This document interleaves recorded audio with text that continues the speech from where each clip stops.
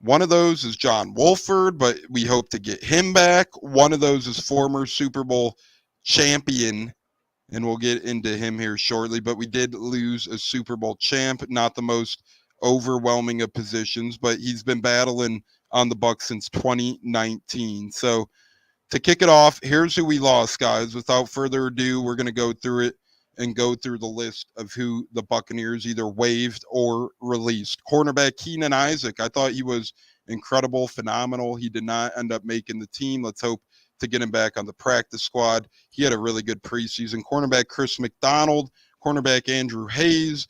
No surprises there, really. Bucs D lineman Mike Green played 10 games for the Bucs last year.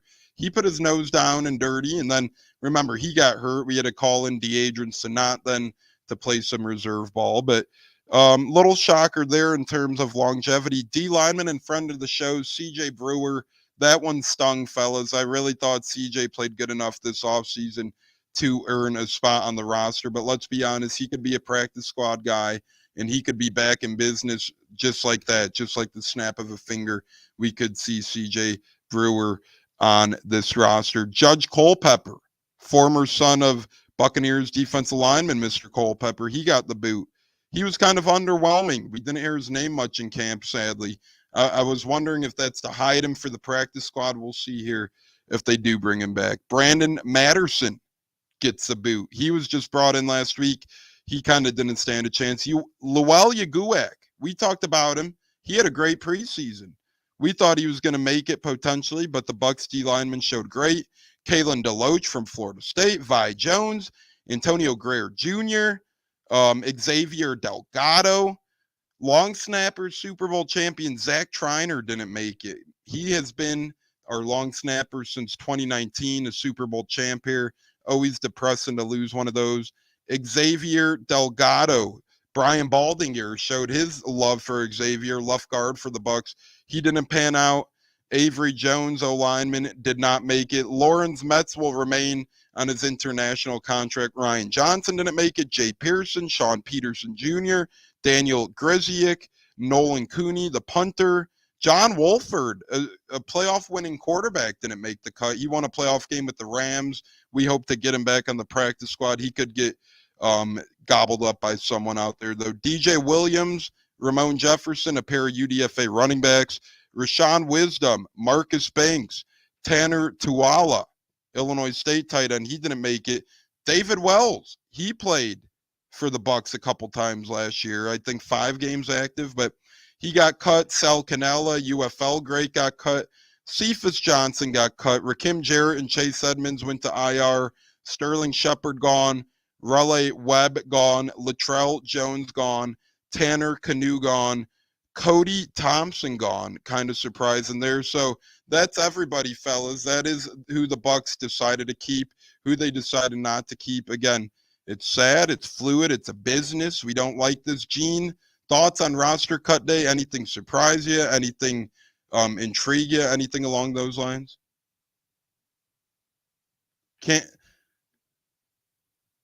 You're muted, Gene, I believe. Yeah, I muted myself. No, you're good, brother. You were so excited. You wanted to talk. You were like, let's go.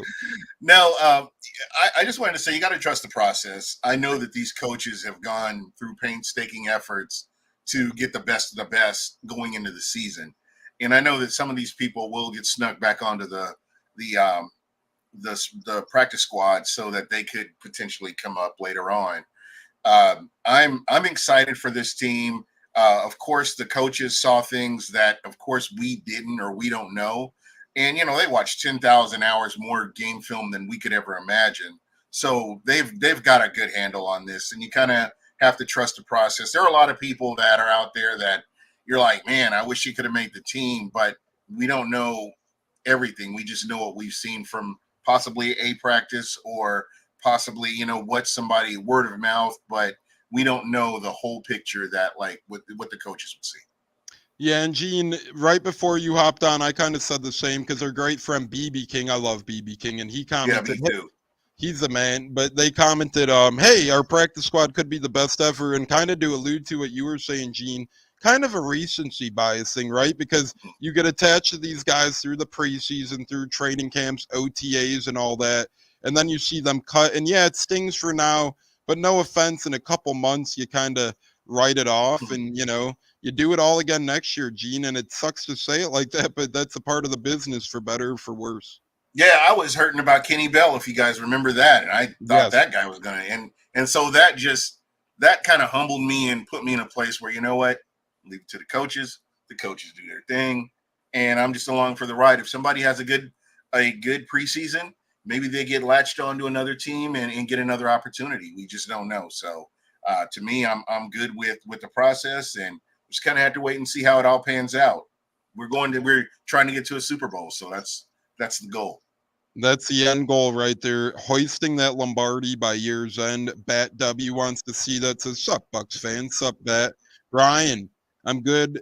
Was just wondering when y'all would be on. Hey, well, join us, Brian. We're pretty much on every Saturday, every Tuesday, every Thursday for now. And then we'll see in the regular season if that morphs or whatnot. But join us when we go live. We love to have you, led by the great Gene from Buc What You Heard, or the Bucketeers, either or. We love to see you guys around, as we are one and the same here. J-Lo, thoughts on roster cuts? Anything surprise you? If so, what did the most? And yeah, just give us a rundown on today in general. What did you like? What didn't you like? As we got the Godfather joining on Facebook as well. Shout out to the Godfather. Yeah, I mean, I think the one I really was hoping to make the roster was, I believe, Haggard. He was a guard tackle. I think he performed well during the preseason. I know he was injured for the Jacksonville game, but between the Bengals and the last game against the Dolphins, I think he performed pretty well. But I know they're pretty big on school and Brandon Walding, he could play 3 or 4 positions, so I can respect why they did that. Hopefully, they'll get him on the practice squad as a reserve. I was hoping Banks and maybe Banks Wisdom. put a lot of Dolphins on stretchers last weekend, man. He was hard Sure hit. did. He built a clinic with those clean hits. Hopefully they'll get him on the practice squad as well. To learn the roster more, and maybe his number will get called. As a gunner on special teams. That's what I like to see, man. A good clean hit. Laying that wood out there without a penalty, and kind of letting the Dolphins know they'll go up the middle because I'm going to lay the wood on you. Simple as that. Brings back old school days. As a Bucs fan. They will lay the wood on you. And we were wondering, as preseason built up, what room out of running backs, tight ends, they would keep 4 in. We thought running backs showed well. Well, they kind of had the choice made easy for them fellas, as Chase Edmonds was placed on IR. But not only was he placed on IR, he's actually out for the season, as Greg Allman reported. So that stinks to see. Running back depth takes a minor hit there, gentlemen. Chase Edmonds is done for the year. Good thing we do have Bucky Irvin. Good thing Sean Tucker has looked pretty good. But Gene, thoughts on the Bucs losing a running back for the year? I mean, Chase Edmonds was hurt last year coming into the season. Seemed like it was going to be the same thing this year. But now, not only is he hurt to start the year, we lost him for the whole year. The best ability is availability, and I can't preach that enough. You know what you could potentially have with him, but unfortunately, we'll never see that. So it's going to end up being the next man up, and I am happy with the running back room. Let's see what they can do, and and the offensive coordinator, what can he do with that running back room to really improve them as well? So a lot of thought has gone into that.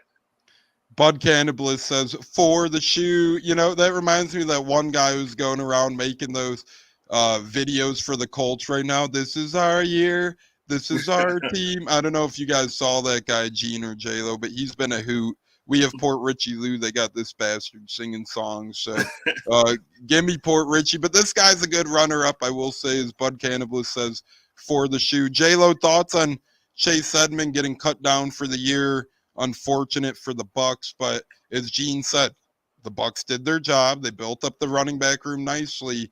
And in that case, hey, at least you could lean on, I hate to say it like this, but now Chase Edmonds is kind of a glorified running backs coach at this point. Yeah, fortunately, his injury, he just can't skip the injury bug. I mean, this man gets hurt a lot, and I feel bad, because he's not a bad player. But for the most part, yeah, pick his brain, with the other Like three we did running with backs. Jensen that one year, remember? Yeah, absolutely. But don't be surprised if we go out there and go snatch another veteran running back in that young group. I got a feeling Jason Light's going to go grab a veteran. I don't know who, but something tells me we like getting a veteran back in there to help, with the young butts we got in the running back room. But I'm confident what we got at the same time. So even if we didn't, I'm fine with the group we got. And Ramon Jefferson, undrafted free agent, who the Bucs did waive for now. He went to Kentucky, so I wouldn't be shocked to see Ramon Jefferson come back on our practice squad. Liam Cohen coach at Kentucky. Ramon Jefferson played there. He had a decent preseason, so I think we even have backup plans to the backup plans, as Gene alluded to. We're in good hands. We're in good shape. Speaking of good shape, we're live on the Bucketeers. We're live on Buc What You Heard. We're mowing our way through preseason. Only about 10 days left of preseason, ladies and gentlemen. We have football a week from Thursday, regular season, NFL football, that is. We've had college football action last Saturday. A lot of fun there. So join us every Saturday. Gene, you hit your breadwinner. We talked about him, but you came through with Delaware State, man. Man, and I was happy the Florida State lost. Yes! The Yes! Seminoles. Week 1. J-Lo called that. I can't believe that still. But that was his breadwinner. But I mean, we did incredible. And Seminoles fans, they can kick rocks barefooted for all I care. You know what that killed, Agreed. Gene? You know what that Agreed. killed right there, though? And I hate to sound like this, but everyone who was crying about the playoffs last year, I know they're a different team. I know Yep. Jordan Travis is gone, but he wasn't playing in that playoff game anyways. Exactly. He was out for the year at that point.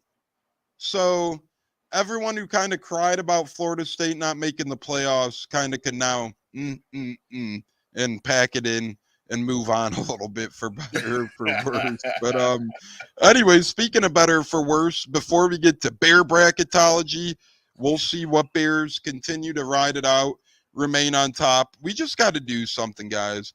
We got to give our kudos to the front office and Jason Light. And I have a couple of things to point out that are holy fucking shit moments that are like, wow, the Bucs roster was constructed in this way? This is how it's built?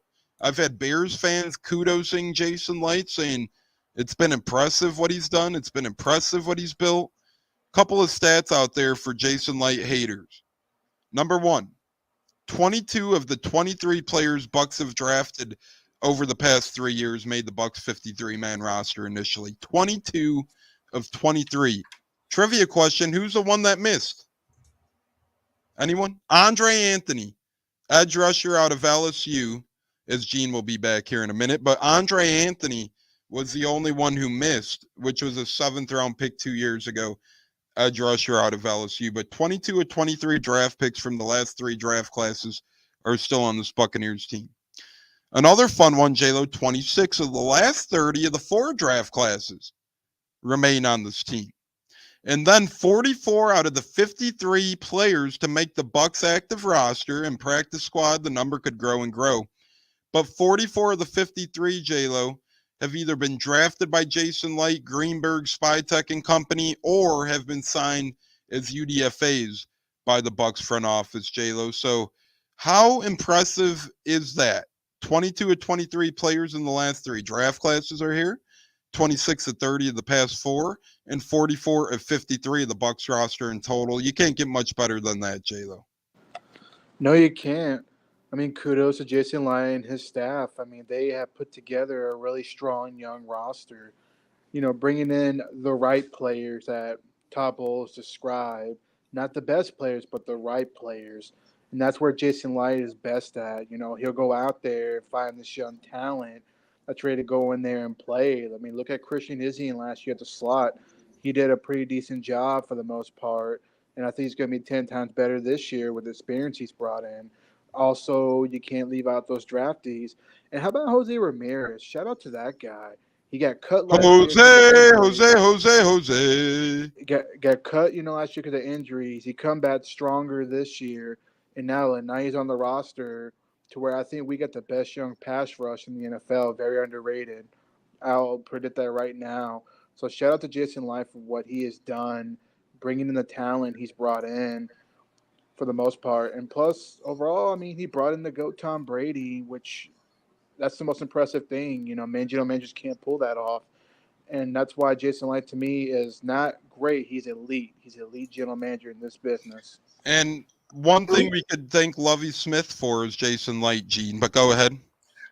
I'm trying to think of other general managers that have done what Jason Licht has done and I'm only going to go back to 2020, the end of 2019 into 2020, what he's done, what he's been able to do personnel wise.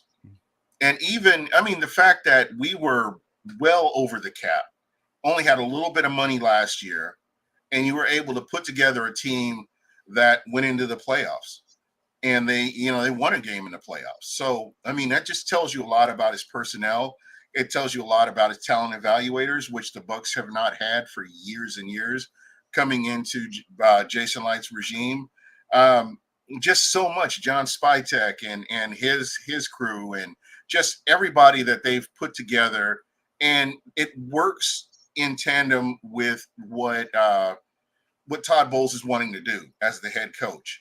And that's the thing I think that gets missed is you see, you've seen it here. If you've been a Bucs fan for any period of time before Jason Licht, you know that the general manager was just like, oh, let's get this guy in. There was no rhyme or reason. Mark Dominic. Yeah, the rock star idiot.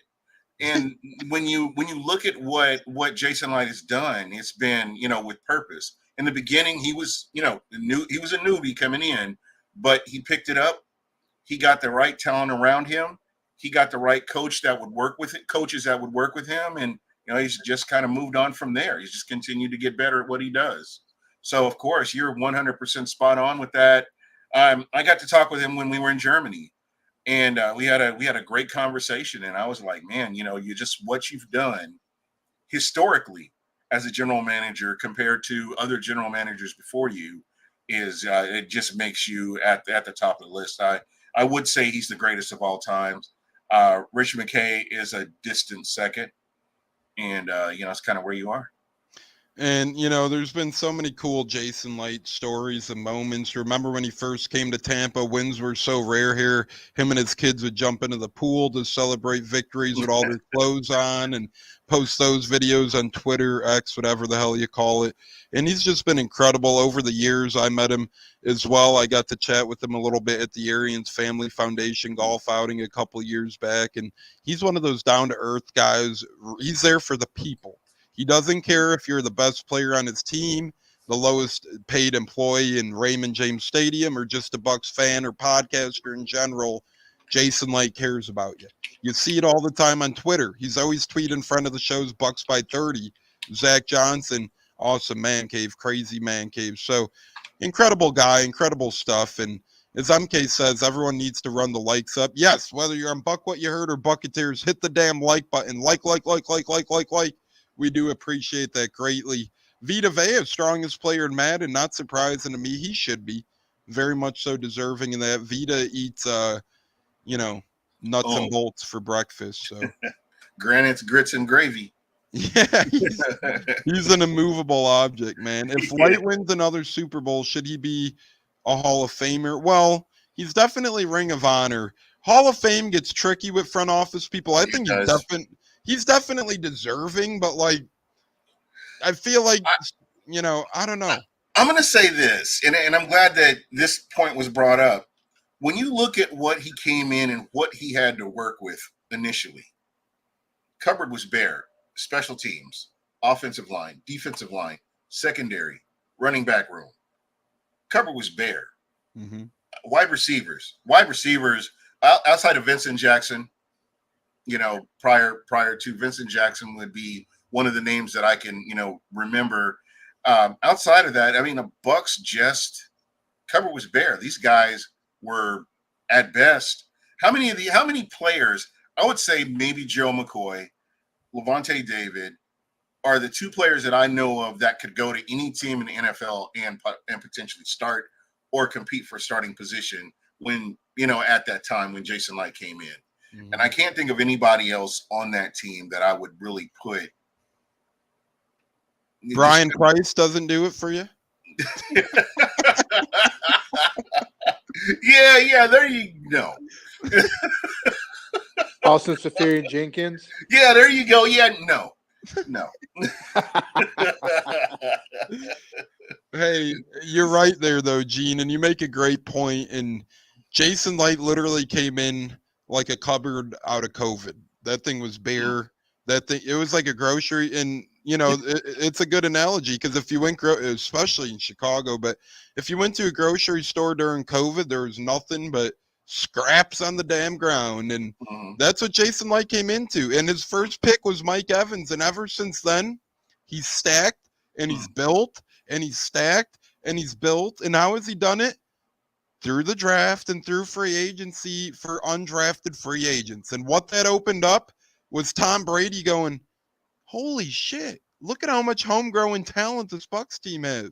They have Evans. They have Godwin. They have Cam Brate. At the time, Ronald Jones was an up-and-coming running back. I know it's hard to believe. Offensive line, we had pieces in place. Defensively, as Gene alluded to, Levante David, Vita Vea.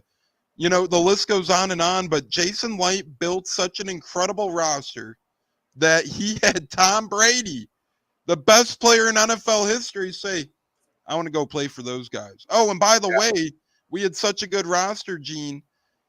Rob Gronkowski said, you know what, I'll come out of retirement and play for you guys. Because he didn't want to play for every team. Yeah, exactly. And I mean, even the quitter guy came in and got a little bit of shine before he left unceremoniously. I love that name. Sad but true reality. Listen, that's the only name he gets on Buc What You Heard. He's the quitter. His name will not be mentioned. Even his initials won't be mentioned. He's the quitter, and everybody knows who I'm talking about when I say that. One hitter quitter, if you ask me. Exactly. Well, yeah, I'm not going to get raunchier than that, but we'll leave it at that. He's a one-hitter quitter. We'll leave it at that. Will Golston, maybe. Yeah, Golston was, but to Gene's point, he's not a guaranteed starter on a team. I don't think he came into his own until a little bit later on, but he did enough to stay on the team, to hang around. So, yeah, I could kind of see that.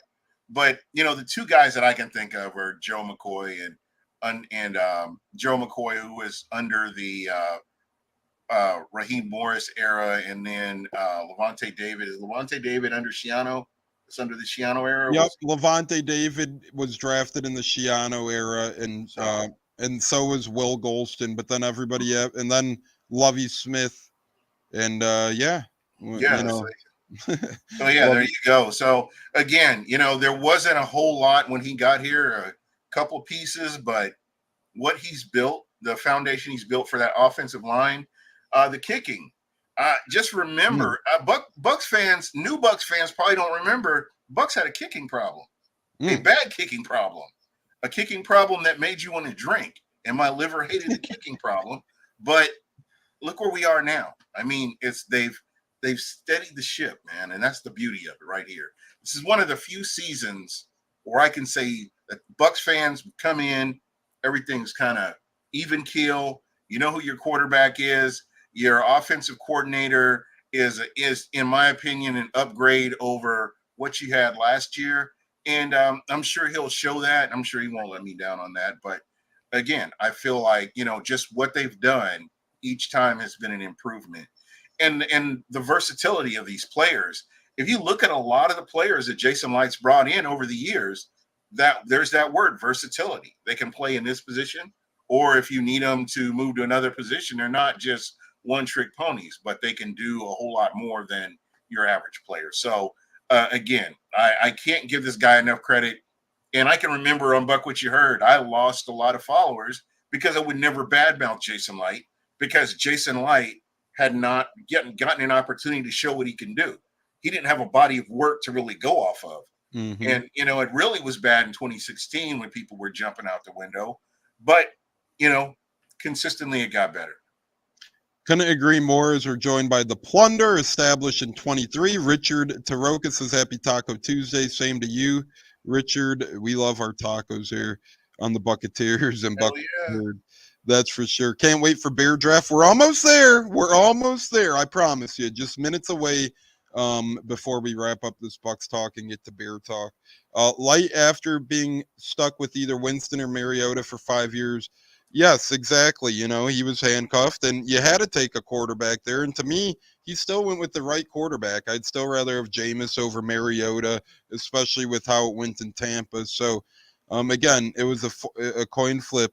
And, you know, it was interesting to see my man Emo doing good things. Anthony, love you, buddy. We love you too, Emo. Hope you're doing well, brother, in the Chicagoland area. Always a pleasure, my man Emo. Pretty much like a distant cousin to me. So good stuff there. We appreciate you tuning in on Facebook, Emo, and we hope all is well with you and the family, of course. And speaking of the family, Gene, J-Lo, the only thing that Lovie Smith ever did, which I could consider him family for when he was here in Tampa, is help bring Jason Licht to the Buccaneers. And again, remember, Lovie was the head coach, a rare head coach before general manager hire. Lovie Smith was hired in the beginning of January, Jason Licht at the end of January. So, Gene, I'm not going to give Lovie all the credit there, but obviously the Bucs put faith into Lovie and helping kind of sign off on the GM. And you could find articles out there that say, hey, Lovie wasn't the sole reason or only reason, but he definitely helped connect the dots. Oh, yeah. So,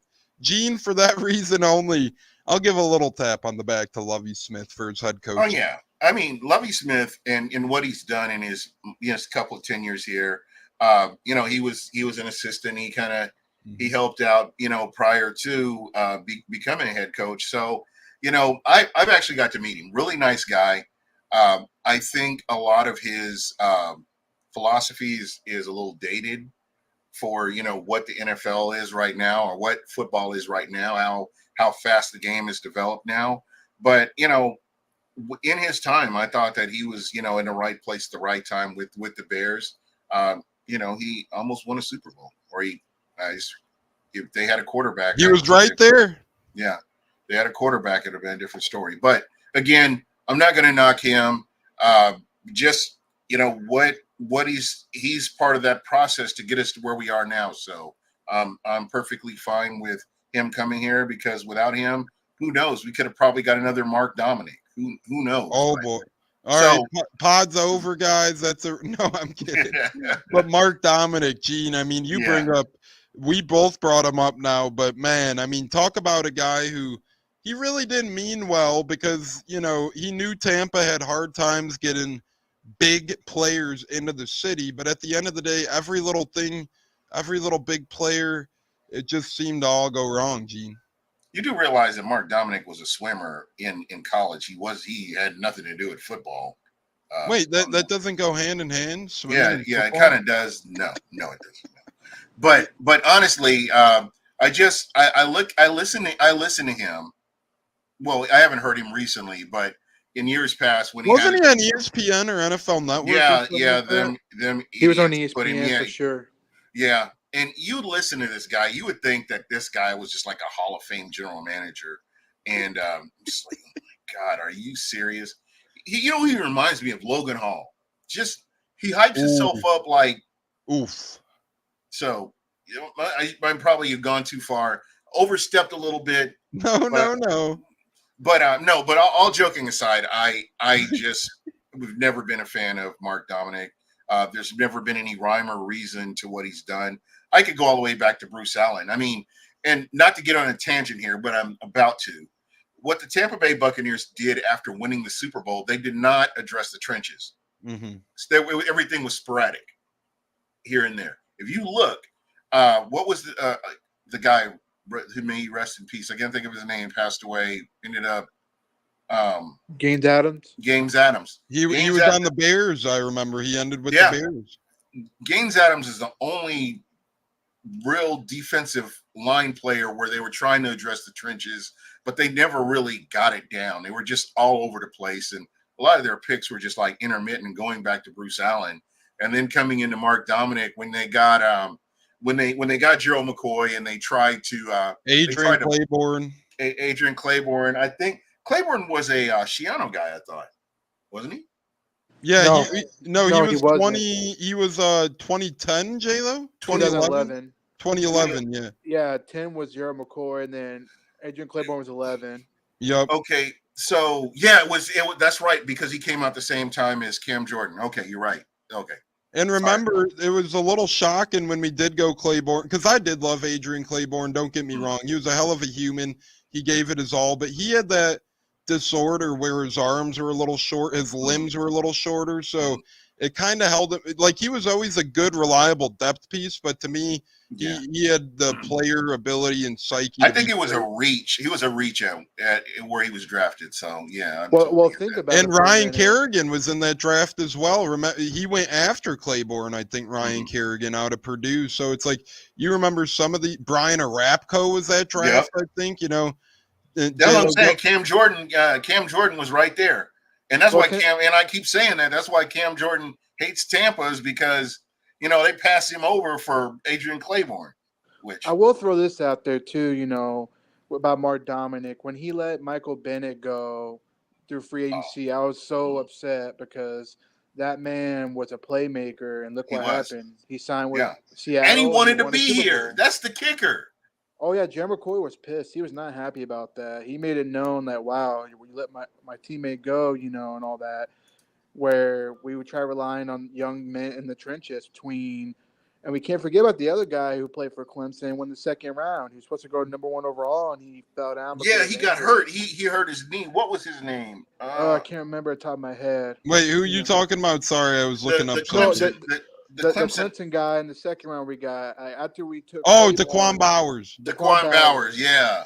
Daquan Bowers, yeah. They try to go young in the trenches, and they let Michael Bennett go, which was a huge mistake because to me, Michael Bennett was the guy on the pass. Well, he got into it with Shiano, and that's really what ended up ending him, because that whole toes on the line thing, and Bennett didn't take too kindly to that. So J-Lo, they did let Bennett go, but remember, it was kind of because of an internal riffraff more so than, hey, we don't like this player, we don't like this guy. It was more so, hey, I don't like the head coach. The head coach is like, hey, I don't like him. And it kind of just, well, see you later. Both sides were like, all right, well, we're moving on. And remember, Daquan Bowers was supposed to be the first overall pick of the draft before he got hurt going into that year. And when the Bucs drafted him, Gene, it was like, okay, you know, and then he ended up being nothing. Yeah. I just don't think he ever fully recovered from that injury. And you know, whether it's mentally, I think a lot of it was, you know, a lot of, he had the physical tools, but it just mentally, he wasn't that guy. So. And Gene, I think you brought up one more good point earlier. You said this is one of the more ready rosters the Bucs ever had, or like, you know, one that makes you feel comfortable at least. And Tom Moore agreed with you. He was on the drive with T-Crass today. 85-year-old Tom Moore, assistant coach for the Bucs, on WDAE with T-Crass, and he said, T-Crass was like, how do you feel about the season? Tom Moore said, this is one of the best times I've ever felt in terms of, hey, I think we have a team that's ready to roll. I'm confident in the coaching staff. I'm confident in the players. So, Gene, if a guy like Tom Moore is saying that, he's been around teams with Brady, Ben Roethlisberger, Peyton Manning, Andrew Luck, Carson Palmer. You know, I think we're in pretty good hands if you got Tom Moore endorsing you. And just look at the players that are brought in. These are guys that want to play football. These are book smart. I mean, look at Tariq Funderburk when he came in. Book smart. He's wanting to learn more about the game. Brewer came in. It's almost like they told each other what they were going to say, and they said the same thing. But it's refreshing to see that they want to play football. They want to get better. They want to hone their craft, and they're in a good place, you know. And why not be, you know, with a head coach like Todd Bowles, who is just a really good defensive mind to learn from. So I really believe that, you know, this team on both sides of the ball, they are really, you know, it's good to see that. You know, in years past, you really haven't seen that. Somebody's always complaining, or somebody's always unfollowing a team on Instagram, or, you know, somebody's always liking Eagles comments and stuff like that. And then, you know, here we are, you know, once you've addition by subtraction, once you kind of remove those headaches, I really see big things for this team. Speaking of addition by subtraction, Kellen Winslow. I'm sorry, I liked Winslow at the time, but I would not take what that guy has to say with you know, he's kind of like Bucco's man, Mr. Quitter. You know, the quitter, yeah. In terms of, like, things they would do off the field. And don't get me wrong, both great talents on the field, but if you're not aware what Kellen Winslow's been up to the past 5 years, I'd probably stay away. But Tom Moore at Iowa, I believe, right? What wasn't that at Iowa? Tom Moore was also a quarterback. I think Tom Moore was in a fraternity at Iowa and everything. I mean, this guy was crazy out there. I actually met Tom Moore in Indianapolis a couple of years back. Incredible guy and very cool. He was, still signing autographs and stuff and whatnot, but it was pretty incredible. So no, BB King, I don't think Moore ever played in the NFL. I know he was a longtime coach in the NFL, but he was an Iowa grad assistant after he got done playing at Iowa. So unless he was on the Colts preseason or practice squad, something along those lines, he went immediately from playing at Iowa to coaching at Iowa. So, interesting enough there. But nonetheless, Tom Moore, legendary. Speaking of legendary, we're going to get to Bear Bracketology with Gene from Buc What Ya Heard right now, right here. And then after that, we're going to do a couple more segments, get into big names, cut around the NFL, and our final words. But Gene, without further ado, I've been ready all week. I've been tasting beers all weekend. I'm ready for some Bear Bracketology with Gene. All right. As my mic falls, that's how excited I am. Exactly.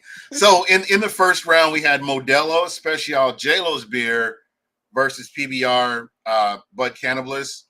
And I had to go with Modelo on this one, my friend. So I picked Modelo to move on. And go ahead and move them down here.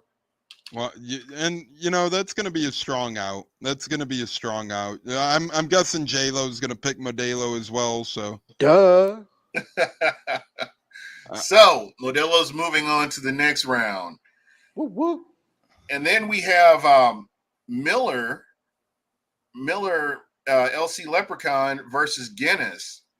And I actually picked Guinness in an upset special, because I don't know what it was. The Guinness was cold, it was flowing, and I drank quite a few of them. So I'm gonna go ahead and move Guinness on to the next round as well. J-Lo? Yeah, I'm all about Guinness, so we can move on to the next one. Well, I'm not even gonna vote. You two just finish. No, come on. Well, we're okay between Broken Skull and Cigar City. No, I'm kidding around, but I will say this. Guinness is great, but again, one of those beers, I feel like once I have one or two, but did you see how cool they were making the Guinnesses in Ireland this past weekend with college football there, FSU, Georgia Tech? They had the FSU and Georgia Tech logos on the beer foam. That's cool. Dude. And makes me want to drink a Guinness. So for that reason, I've actually been to the distillery over in Dublin, so. Is it true that Guinnesses are better in Ireland? Yeah, they are. They actually are. I don't know what it is. There's I don't want to say preservative. There's something that's different here in the U.S. versus the ones over there, because you can knock down. I mean, you could just knock them down, pint after pint. What did Seamus say? Banger after banger. You can knock them down pint after pint after pint, and you're still on your feet. So I don't know what it is. After burger. But yeah, I don't know what it was. Normally, I'm good with Miller in the football season. If it's ice cold, I knock them down. But this time around, when it was a Saturday and kind of getting myself going and getting ready to play some video games, and I grabbed the Miller first and knocked it down and waited a few minutes and then tried the Guinness, and I was like, oh man, a Guinness is nice. So I had to go get another one. So. For me, Guinness won that round. Yeah. And for those wondering, Miller, I assume we're just going, it's Miller High Life, Miller Light, any of the basic Millers besides MTV. We had that one in, but I'll go Guinness as well. And I just think it's one of those, it's deserving of a victory beer because of the taste, right? Like, you're not going to pound Guinnesses, but if you need a victory beer, yeah, Irish car bombs, those get tricky. Oh, yeah. You just took the words right out of my mouth right there. Those get tricky, man. You drink a couple of those, and next thing you know, you're walking like you know, a little crooked or something. There you go. You know, you're walking like Pat McAfee out of that Iowa bar, or not I keep saying Iowa, Ireland bar this past weekend. But yeah, so clean sweep for Guinness, it seems. All right, and the last one, and I'll leave this. I'm going to start with you, Tones. Broken Skull versus Cigar City. Highlight. Highlight. Tampa's finest. It's brewed in Tampa. You know, it's bottled right there. It's meant for Florida. I love Tampa. Highlight is expanding too. If you go to, you know, Miller's in the Chicagoland area, they got it. If you go to our liquor stores, they got it. Any beer that can start as a local and make its way into got it in London, believe it or not. There you go. I mean, and don't get me wrong, I love Broken Skull IPA. You get the Stone Cold factor. It's a great beer. It's good. You know, it's going to get you messed up after a couple of them, that's for sure. But it's just hard for me to have that surpass the other. All right, J-Lo, what say you? This has been my toughest one, but I'm going to go right with Tones on this one and go with the cigar for sure. The cigar one is a Tampa local, and I'm all supportive about the local stuff. Sorry, Stone Cold, but I'm going to have to go with Joey's beer. Joey's beer is down and out. Hey, don't feel bad. Mine got eliminated. I think mine was the first beer eliminated in all brackets. You and Joshua Cole Allen, yeah. Yeah. So we are down to the final three, and this is what we're going to do. We're actually going to try all three. We're going to go. They're all going to go against each other, basically. So we have in the finals, we have Modelo, Guinness, and Cigar City Highlight are going to be the final three. Oh, and God. Wait, aren't we missing one? Are we missing one? Or what? Or is that right? I think we might be missing one matchup from this week. Cause shouldn't it be Final Four? Or am I tweaking? Yeah. Hold on 1 second. Maybe what am I missing here? Let me see because I know. Give me a sec. There were originally. Wasn't there like a Bud Light that passed on? Or I could be wrong though. No. Hold on 1 second. I'm looking because I could be wrong. Oh no. I'm pulling it up right now. So we are going to the. We're actually going to the review here. So I found what it was actually. It was actually High Life is actually against Space Dust. And Broken Skull is actually against Land Shark, I believe. Oh, that's what it was. Hey, if that's the case, I'm keeping it easy. Give me Broken Skull over Land Shark and give me Highlight over Space Dust. I'll keep it nice and easy. Yeah, I agree with Tones. Okay. I like Space Dust and Land Shark, but I'm going to rebuttal a rematch next time in the Final Four. Give me Broken Skull. So, Joey, you could stop crying, bud. Your Broken Skull seems to be moving on. J-Lo, you agreed? Yes, agreed. All right, so Broken Skull is moving on. Joey can stop crying. Sorry for that. I'm glad we got that fixed. Hey, no, there was only a challenge flag. That's all. Yeah, that's what we needed right there. You know what? I've actually got a challenge flag. I'm gonna bring it out. I'm gonna bring it out next one just in case we need to challenge something. Hey, Red Stripe, that's a Caribbean beer. That is a good beer. I do like that I one. wish somebody would have named. We've given people every opportunity. I mean, wait, put your beer in here. So we only gave people 2 months, I think. At least 2 months. So we are down to the Final Four. Down to the Final Four. It's crazy. Should we do it a little different for the Final Four? Should we do like a fatal four-way? We should do a fatal four-way. That's what we are going to call this. The fatal four-way. Because if we put us on projection here next week, we need our beer by yeah, a week we from Sunday. Need exactly. We do. We need our beer. So we're going fatal four-way here. And no offense, if we did Highlight against Broken Skull, I think, we pretty much answered that one already. Hey, Lowenbrow wants a rematch. Collusion. You know what, guys? If you see our PayPals and Venmos, there might be. No, I'm kidding. No collusion. We're happy to drink all the beer in the world. We just love this great idea. by Gene. So Gene, thanks again, man. This has been great. It's been Yeah, this has been fun, man. So we are down to the final four. And again, folks, if you just joined us, it's going to be Broken Skull. Let me see. Hold on. Let me make sure I get this. Well, it's a fatal four-way, so that doesn't matter. It doesn't matter. It doesn't matter what you think.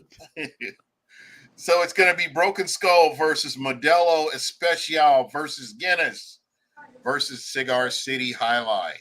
It's a good one too, because all the beers Showdown. are. It's a little bit different, right? You got Guinness, the thicker, creamy beer. You get Highlight, the local beer. You get Broken Skull, the IPA. You know, this is the beauty of it. You have to think about what kind of beer could I just drink during a game, and that has to be a factor in what you're selecting. Yeah, that's why Pumpkin, bowed out quick. So yeah, you had to go. Hey, JC, at least you tried, bud. That Yeah. we'll give you an A for effort. But Gene, I think this is going good. Next up, we got to work on the Buc What You Heard of Bucketeers cookbook. That's what we need to do. We really need to, man. We need to make this thing happen. Oh, there goes J-Lo. But Gene, me and you are here for a couple more minutes. We got our roster cut breakdowns, final words. Gene, I'm just going to name a couple surprising cuts to me and get your reactions here. But real quick here, some of the following guys were notable cuts from around the league today.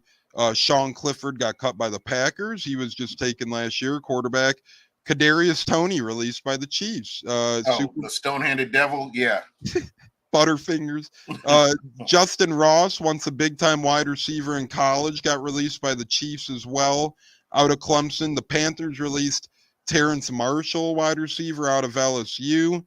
Other guys, Zach Triner, we talked about, Super Bowl champ here in Tampa. The Browns are releasing their third-round pick from last year, defensive tackle Siake Ika. So a little bit surprising there. Giants are waiving wide receiver Isaiah Hodgkins, who was a fan favorite. Jaguars, Trey Flowers, veteran D-back, released Kareem Jackson. The Bills released a 15-year veteran defensive back, Gene. So out of those names or any others, any real surprises there, or is this kind of another day in the land of the NFL to you and nothing really too shocking?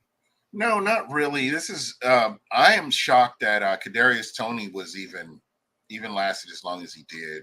The guy is so inconsistent. He's kind of a head case, and he's so hit and miss that this league. I mean, with the games that we have coming up, you want your best players out there, and I just feel like there are times where that his head is in a game in one game, and then it's not in another one. And I think that's why Juju Smith-Schuster ended up coming back to Kansas City. And that says a lot if you get rid of Kadarius Toney and you've got Juju Smith-Schuster coming back. So it's going to be interesting to see what they say. You make a great point. Juju Smith did go back there. And I was telling my buds the other day, I think they could cut Kadarius Toney. I think that's what this could be because of my buddy's like, I think Rashee Rice is getting suspended. No, if you know Roger Goodell, he won't suspend Rashee Rice because the Chiefs are the NFL's machine. But that's another story. A.J. Dillon season-ending IR. That's a big blow for the Packers. Gene, real quick, who can beat the Chiefs in the AFC? Name one team. I'll go ahead. I'll say I think a healthy Bengals could beat the Chiefs this year with Joe Burrow. What say you? I believe a healthy Miami Dolphins team is another team that will give them fits. I like their running back room. I think they've gotten some guys healthy.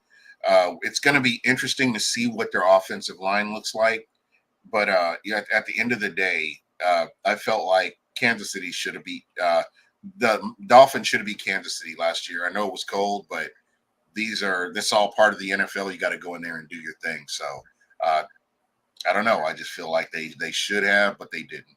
And this is why we play football. We have Miami. We have Buffalo in the comments. We have Ravens in the comments. I say Cincy. Gene, although KC's obviously the favorite in the NFL at this point, not just the AFC, plenty of teams could still knock them down, and that's the beauty of football. It's a year-to-year league, and as unfortunate as it is, one big injury can make the Chiefs like one of the worst teams in the league, no offense. Yeah, if Mahomes 100%. goes down, well, I mean, that's all I'll say. That's Yeah. all I'll say. One other thing, Gene, I want to discuss before we get to our final words on the Buccaneers Buc What You Heard extravaganza on this Taco Tuesday. Texans, yeah, they could be another. Oh yeah, that's a great one, BB King. That's great. And there, that's just the parody of the NFL, man. You have all these young quarterbacks. You have the Jets too, right? If Aaron Rodgers plays his A game, if Garrett Wilson balls out, and I'm not a huge Jets guy, they need a lot to go right. But bottom line is, you never damn know in the NFL. Yeah. That's why they play. Even the Colts, if Anthony Richardson stays healthy, you never know. Yeah. I'm not saying they could. I really don't know what to expect from Anthony Richardson, just because we didn't get to see enough of him last year, and I don't know what to expect from him coming into this season. You know, just with that injury, and really not getting a whole lot of playing time.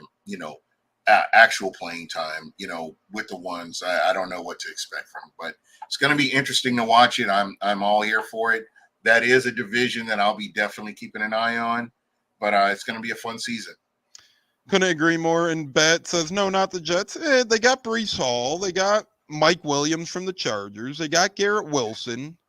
I'm not saying they will beat the Chiefs, but I'm saying if they are healthy, again, the best ability is availability. When you talk about Mike Williams, that's a guy that just, I mean, him and what's that? Even Rodgers nowadays. Who's the guy in Chicago now that thinks he's better than Mike? Oh, Keenan Allen. Yeah, that idiot. That guy, he can't stay healthy. You got to hear his big mouth all the time, and then when the team needs him, he's on the sidelines watching the game like a fan. So not good. As Gene said a lot today, availability is the best ability in the NFL. I mean, every sport that's all true, but in the NFL more than ever, man. Oh, especially yeah, most definitely. For certain positions. Gene, one more thought before final words. Is this Bucs 53-man roster what we're going to see a week from Sunday? Or do you think it's remaining fluid right now? And even if it's one tweak or two tweaks, do you think we see a tweak? I'm sure you'll see a tweak at some point. I don't think this is the final. This is what it's going to finally look like. I am sure there's somebody out there that maybe Tampa is looking at that got cut that they could potentially bring in or sneak onto their practice squad. So we're going to see. And again, I just take a step back and enjoy this as a fan. We're spoiled having a Mike Evans, having a Chris Godwin, having a Vita Vea, a Kalijah Cansey, just guys that are going out there balling out like they're supposed to. Kellen Winslow, I just can't believe I said that. Hey, it happens. But yeah. Since you brought him up, Antoine Winfield is what I meant to say. But just having players like that on the team, you get spoiled with it. And since you brought him up, Pops did text in the show. He said, do we know if Cansey will be 100% for Washington? Thank you, Pops, for the text. I don't know if he'll be 100%, but he's going to suit up for sure, Gene. Oh, absolutely. Him and I think Yaya Diaby is trending towards possibly starting too, from what I saw on Twitter. That would be amazing if we. And it's not X's Twitter, by the way. Just FYI. Yep, Twitter. And Pops, thanks again for the text, but we believe Cansey will be at least 98% ready, and he'll be in there week one. Remember, last year he tried to force his way on the field week one and got taken out. Mm-hmm. This year, I think he did the smart thing, sat out a little bit. Now he'll be ready to roll week one. So awesome stuff there. We had a great chat today. We had everyone rolling. Bucs stand pat. This roster is less fluid than ever. I mean, I think I agree, but at the end of the day, if Jason Licht makes a move, I'm going to back him on it. Yeah. I'm not going to doubt him on it. I don't think he makes a move, but if he does, let's remember, he's trying to better the roster. And again, we've seen trades. Grant Stewart a couple of years ago got traded during this time when people thought the roster was firming up and stuff, Gene. So, again, I don't think it happens, but you never know if a lower-end D-back gets moved for a draft pick or something like that, because we do have 11 D-backs, so you never know. Man. Hey, I'm happy with that, too, so let's roll. Go Bucs. Me too, Gene. Final words for you, brother, on Buc What You Heard, Buccaneers. Are we going to be live Thursday, Gene? We will be live on Thursday. I have some secret special guests that are coming on, so be sure to check us out. And I thought our Dolphin guest last Thursday was phenomenal. We had a great Dolphins lady on Buc What You Heard and Buccaneers last Thursday. You guys killed it, Gene. She was a hoot. Yeah, she's a lot of fun. Hey, I think I know Dolphins fans. Between her, between Dolphin and my buddy on Twitter as well. I won't get into his Twitter name because it's a little out there. But between those three Dolphins fans, they are a hoot. My final word is join us Thursday, 7:00 p.m. Eastern Time. Special guest on the Buc What You Heard Buccateers podcast, led by Gene. And remember, right now, Saturday, Tuesday, Thursday is our structure. Mondays and Tuesdays are interchangeable. But Saturday, Thursday, and Monday or Tuesday, join us weekly on the Buccateers on Buc What You Heard. And as Gene Deckeroff says, fire the damn cannons, go Bucs, touchdown Tampa Bay, Bucky Irvin up the middle. Gene, love you, brother. God bless. Stay safe out there, and I'll talk to you soon, my man. All right, guys. Everybody have a good night. Buc What You Heard. Remember that? BB King saying it. Buc What You Heard, man. That'll never get old. I can't. There we go. Go Guinness. Go Bucs. Go everything. Gene, breadwinners Saturday. We're gonna pick 4 more. I'll talk to you then, my man. Yeah, definitely, man. Might have you put in a bet for me. Yeah. Hey, text me. If I would have parlayed our 4 breadwinners, I would have been a big breadwinner. Yeah, I'm all about it. We'll do it again Saturday. Thanks again. Super Showdown Saturday, Thursday night with Gene. Taco Tuesdays here on the Buccateers. Can't get enough of us. See you guys later. Go Bucs, go Bucs, go Bucs.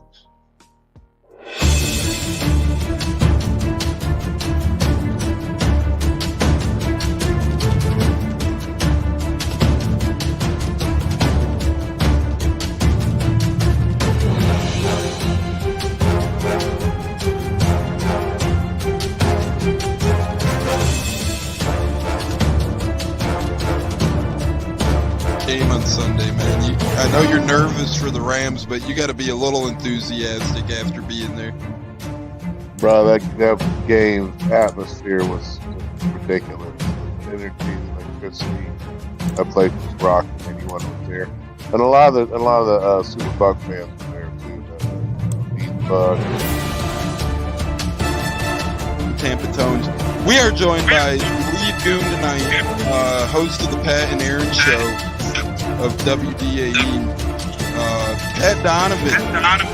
And it sounds like Stunna is bumbling a little bit. Going to put him on mute for a second until that gets a little clear. But we're joined by Pat Donovan. It looks like Stunna's hanging out with Cheech and Chong in a car with the windows up or something over there.